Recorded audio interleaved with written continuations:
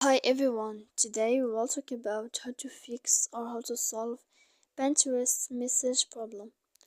To know how to fix or how to solve Pinterest message problem, you should just go to settings like this. You will click. After that, in this page, we go to apps, default apps, app settings. When you will see this list, you will go down to find the application of Pinterest and you will enter. Then in this page here, you will go to click for stop. When you will end this, you will enter to storage.